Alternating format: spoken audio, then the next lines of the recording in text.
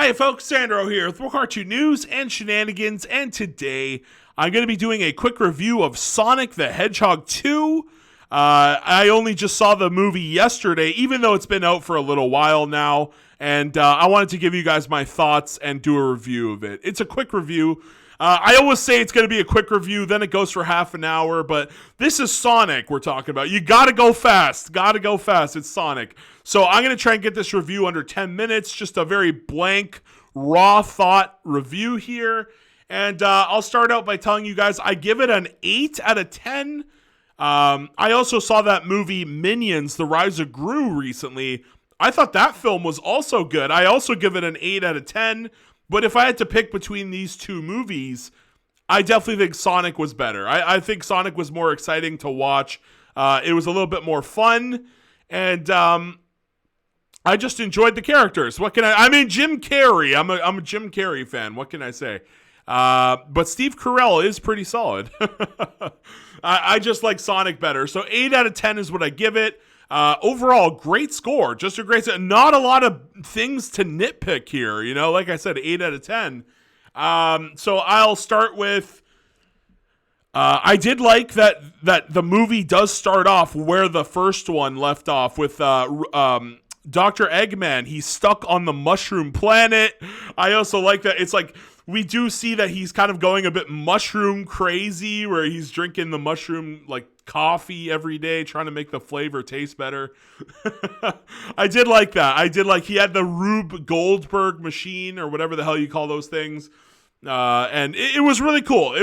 I did enjoy the beginning. The beginning was really exciting to watch visually. So that was good. Robotnik, I don't think I have very many bad things to say about Jim Carrey's Robotnik, other than the scene where he flosses. That was just, oh God. Yeah, that was a bit weird. And the other thing I didn't like was much later in the film. So spoilers, by the way. Did I say spoilers? My God, spoilers. There's going to be a lot of spoilers here. But later on in the film, Jim Carrey does acquire the sort of Master Emerald there, the big green one. Not the Chaos Emeralds, the sort of big green Master Emerald there. And they mention that it has the power to make thoughts into reality. And he thinks up this giant robot. You know, it's basically an allude to the video games where he would fight in like one of these giant mechs or whatever. I played the Sonic games as a kid, so, you know, I'm not just saying that for no reason. Yeah, it was a great reference to the Sonic games, no doubt. But, like, it's weird later. It's weird later because, like, so they defeat him, right? They defeat the mech. He has that giant, like, Robotnik egg suit mech. But, like, I was just like, no. After seeing... Okay, so here's what happens, right? So Jim Carrey, or Dr. Eggman, he gets it. And again, they do state that they have the power to make your imagination reality. So he could have done anything. He makes the giant robot suit, and it's just so limiting. I just can't believe he's a genius. He's supposed to be a genius, and for him to just make a robot suit, it was kind of boring. Whereas we see that Sonic actually gets the Chaos Emerald. So the Master Emerald sort of breaks down, and we see that Sonic the Hedgehog gets the Chaos Emeralds, the 7 Chaos Emeralds, and he becomes Super Sonic. But the Master Emerald is stronger than the Chaos Emeralds. Okay? And Sonic is shown to be very, like, super strong, and I would have been okay with that. And then they literally show a scene where he still has the power to imagine reality, and he makes it rain chili dogs. And I was just like, Dr. Eggman had the power to make anything. He could have done that too. He could have made, like, you know, giant chili dogs that, like, I don't know. He could have made anything. My thought, if I was in his shoes, I would have made a giant poison cloud that just killed everyone, you know? Why even have the chance? Why even give them a chance? Just poison cloud, kill them. And so I really didn't like that they went with the whole the Chaos Emeralds and the Master Emerald, they're so powerful you can basically warp reality and make it rain chili dogs. And Dr. Eggman really just makes a giant robot, which is something he could do that even without the. This guy had the power to warp reality, and he used it to just do something he can already do. The writing was bad in that situation. So those are my nitpicks on Eggman and the writing. Sonic was pretty good. I did enjoy Sonic. Tails was. I thought Tails was probably written really well here. It was kind of creepy. He's been spying on Sonic since he played the baseball game in the first one. Creepily, even knowing, like, watching Sonic in the shower, they mentioned. It was okay. That's not disturbing in the slightest. Oh God. Yeah, Tails is basically Santa Claus. He knows when you are sleeping. Kind of creepy that. Yeah, I'm surprised they went with that plot line with Tails, but sure, why not? But Tails' voice, I thought that was fantastic. What a great Tails. He actually felt like a loner. He felt like, the relationship between him and Sonic, I felt was pretty solid. There was some great, moment building there. One of the things they gloss over, though, is, where the hell Tails came from, right? They never, they're just, everybody in the film is just oh, this is Tails, and they just accept it. But they never ask Tails where are you from? Where are there more Tails people? Are there more hedgehogs? Tails literally does not say anything about his backstory. It's like the writers forgot about it. He does mention a little thing here or there, but wouldn't Sonic, seeing somebody that looks like him be all what's going on? How does Tails exist? Where is your home planet? Where am I from? I'm surprised they didn't delve more into the Tails backstory, and it was kind of awkward. They just kind of glossed over it entirely. But other than that, Tails was pretty solid. He had his plane, right? He had the plane. He had the two tails that were flying around in the video games. And yeah, I don't think I could say a bad thing about Tails other than that stupid scene. That goddamn awful scene in where was it? They go to Russia or something, and there's this one cabin in the middle of nowhere, and there's a Russian dance off. That was stupid. That had to be one of the dumbest things in the whole movie. That scene literally should not have happened. And the only reason they had that scene is to showcase that Tails has this hologram technology where he can make multiples. And they actually do use that to distract Robotnik later in the film. I just thought that scene came out of nowhere. It was pretty garbage. I really hated that scene. And then we go to Knuckles. This is one of my least favorite parts of the movie. Knuckles' voice actor. They really went in a bizarre direction with this one. So Knuckles, he's usually this kind of hothead, cool guy.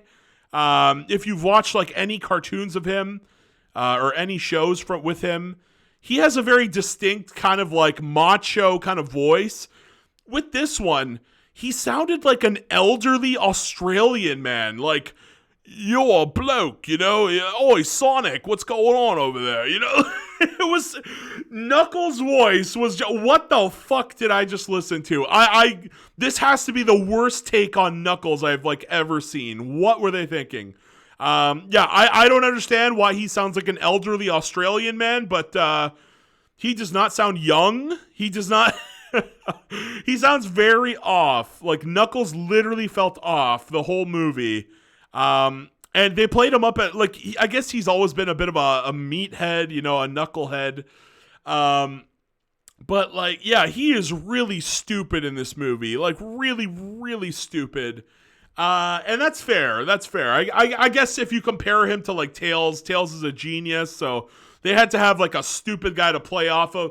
But my God, I think there's 3 or 4 different scenes in this movie where Knuckles is standing behind 2 characters within earshot. He can literally hear them, and he just doesn't say anything. There's a scene where Robotnik is about to taser him and backstab him, right? He's going to backstab him. Sonic then comes out of the labyrinth and interrupts the scene, though. But it's like Dr. Eggman is like, I'll show you, he's like, I'm about to backstab you. He's like, and then, like, Knuckles doesn't even acknowledge or turn around that, like, my God, he's just either deaf or stupid or both, or the writing was awful and they just, God, I don't know what the situation was, but holy Christ, Knuckles would just stand there while two characters were talking, being like an airhead. And the writers just, I guess, forgot he was part of the scene, and they didn't have him respond most of the time. Or he just didn't hear what they were saying or whispering, I guess. But, so that was pretty bad. Knuckles, probably just one of the weakest parts of this film. He did have some cool scenes here and there. I also forgot he can run fast. That was kind of an interesting thing. Also, in the video games, I remember Knuckles was very good at climbing. It was kind of interesting that, like, they did a scene with a cliffside and he was kind of struggling to get up there. I thought that for sure they were going to showcase his climbing ability, but they instead have Robotnik build him a robot staircase. Interesting stuff there. I don't understand why they didn't showcase Knuckles' climbing skills, but all right. And yeah, also Knuckles can glide too. Did they show Knuckles gliding? Maybe I missed it. Maybe they did. The movie goes by pretty quick, so I might have missed that. But yeah, Knuckles just was not a good character. But at least he did call, like, Robotnik a deceiver a couple times, and he was, like, sort of aware that Robotnik was a dogshit person. Sorry, I keep saying Eggman. Why do I keep saying Robotnik? Eggman. So yeah, those are the three main characters. Then we had the characters from the last one. I don't even know their names. I literally forgot. Is it John? I don't know. The guy from Smallville. The guy from Smallville, his black wife, and the other... Oh, and we're already past 10 minutes. My bad. We're going to keep going, though. But the other three main characters that we have to talk about here are that I don't know their names. John, was it John? Dave? Maybe it was Dave. I don't know. Dan, possibly Dan. Hold on. Sonic characters. Sonic the Hedgehog 2 character. Let's find their names. Might as well. All. Let's hit all. Agent Stone, Tom. Tom was his name. Tom and Maddie, yeah. They also had the freaking Olive Garden guy from the first one come back. But, yeah, also Agent Stone really added, like, nothing to this film. He was just a funny guy for a couple scenes, but, like, they could have cut this guy completely. I didn't feel he added, like, anything to this film, seriously. Tom is like the main guy. It's great to see that they still have the relationship with Sonic. Great to see. The main plot that they have this time is the wedding, right? The wedding. And I thought that was interesting for sure. But it turns out the entire wedding was just an FBI raid, right? It was just an FBI raid. It was so weird. So basically, they wanted to lure Tom and Maddie to Hawaii so they could arrest them.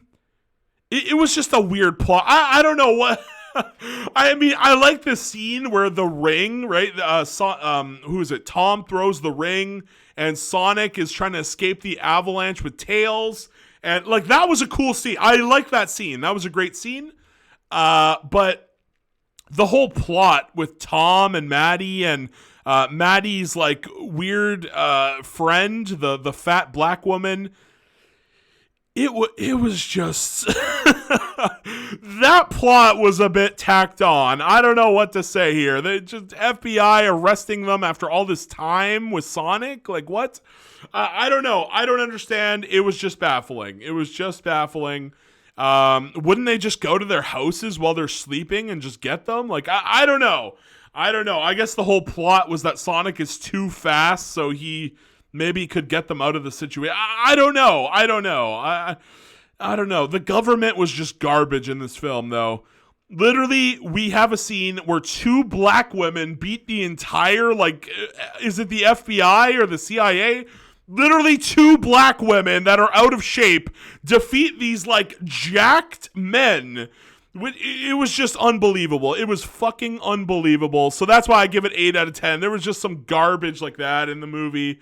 Yes, I totally could see 2 out of shape black women defeating like 12 different 12 different bodybuilding guys. They even show them playing volleyball against Tom, and they're absolutely owning his ass because they all have abs and they're jacked, and they cannot stop 2 black women. And there's dozens of them. There might have been like 12, 13, maybe like 20 even. Who knows?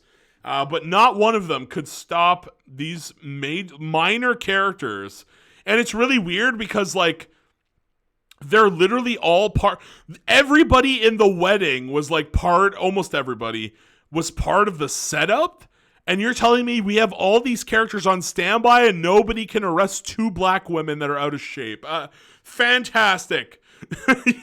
Fantastic. What great writing, huh, folks? What garbage writing. So that was bad. One of the worst other things, I'm trying to wrap it up as quickly as possible. One of the other bad things here was just how often, like, this movie really started to go down the rabbit hole of we always need a last minute save. You know, there are certain films, I feel like Finding Dory started to do that, where it became so obnoxious, where it's like, oh no, something bad's about to happen. Oh, there's no way out. Thank God that convenient plot device just happened to save us at the very last second, you know? Thank God that happened to happen. Thank God this convenient thing happened. Really starts piling up. Like, at the beginning, it wasn't that noticeable. By the end, you're just like, how many last-minute saves are there? So a lot of last-minute saves in this one. To be fair, they do get into a lot of danger, so I guess you need to have a certain amount of saves in some way. But it really started to get obnoxious, in my opinion. So there was that. Robotnik, Dr. Eggman.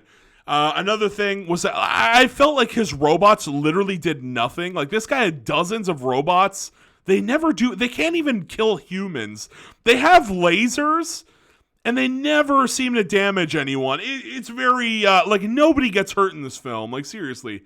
I guess, like, Tails, well, they had some swimming-related issues here and there where they almost drowned.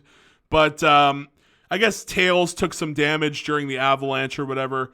But it's like they all recover. Like, nobody gets injured. We're talking about a Jim Carrey out here, Dr. Eggman, who has like missiles and laser robots, and he doesn't harm anybody. He doesn't kill anybody. It's a kid's movie, I get it, but like, Christ, don't give him lasers and missiles if he's not going to do anything. Like, Jesus. I guess he destroyed some property. That's about it. He vaguely destroys some property here and there in the forest. I guess he destroys Tom's house a bit too. Yeah. So that's that. And, so I guess that's mostly everything there. A couple of good, like, most of it was good, but there was a couple of nitpicks. But one of the other things was that the setup for like a third movie, I felt it was very rushed towards the end. There's an end credit scene where it's like, first of all, how do they not find Eggman? How could they not find him? He literally like falls into the fire or like falls. Did he die? No, nobody knows. I mean, Jim Carrey just, he retired from acting, so they ambiguously kill him off. Oh boy. So they do that. And towards the end scene there, it's like, while we were looking through Eggman's files, there was this other file from 50 years ago. Probably Jim Carrey's dad, Eggman's dad, Dr. Robotnik. And they show that he had a shadow. He just had a shadow clone all along. It felt really forced. It felt like that should not be the third plot already. We should not be jumping into Shadow that quickly. But I guess since Jim Carrey retired, I guess they had to pivot the story at a moment's notice. But it was really noticeable how fast they went to Shadow. My God. If I was writing these films, I would have, like, maybe instead of Eggman, we look at like Sonic's other villains, maybe go for a different villain here. I guess they went for Dr. Robotnik, but like, surely there's other Sonic, maybe Rouge the Bat. Maybe we could have seen something like Rouge the Bat steps in, and we slowly build towards Shadow or like Metal Sonic or something. Instead, we're just going right to Shadow. Like Knuckles, I feel like a lot of fans were really excited for Knuckles, and it's like the hype's dead. Let's go right to Shadow. They're going to burn through these characters very fast. Like what? Okay, so let's just say you're done with Shadow. What's next? Amy Rose? Like, we give Sonic a love interest? Like, how many more movies do you think they could squeeze out of this if they're burning through a character per movie? I don't know. I feel like they should have taken it a bit slow, but no, it's Sonic. We got to go fast. So I'm sorry, guys. This went for this 20 minutes. I'm so sorry. So I'm going to end it here. I think it was a great film. 8 out of 10. A lot of nitpicks that keep it from being a 9 or a 10. I would recommend this film, which is always a good sign. I would recommend it. Was it better than the first one? I don't. Maybe I think I did enjoy the first one just because it's been so long since we got like a solid video game movie, and they listened to the fans. They made Sonic into, something that looked good instead of that train wreck, ugly Sonic creature. That thing was horrifying with the teeth and everything. So I think the first one just holds a special place, and I will say it was just a smidge better, just a smidge. So there's that. And I think that's where I'm going to leave it. Solid movie, would recommend it, and I hope you guys enjoyed it, but I want to hear your comments. Did I miss any nitpicks here? Was there anything else that I'm forgetting that was obnoxious in the film? Like I said, the flossing, that was so cringe. We're still flossing out here in 2022. Good God. There was that. There was a lot of music in this movie, I noticed for sure. And especially that dance scene was just so bad. Oh my God. The Russian bar in the middle of fucking nowhere. Just what the hell was that? So there was some stupid scenes for sure, but let me know if I'm forgetting any nonsense. Plot-wise, was there any plots that were too stupid? Let me know if I missed anything too good here, or too interesting to talk about, or too wacky to talk about. Let me know all your thoughts down below, and please like, please share, please subscribe, and why not watch an ad for your boy Sandro? Peace out, bye-bye.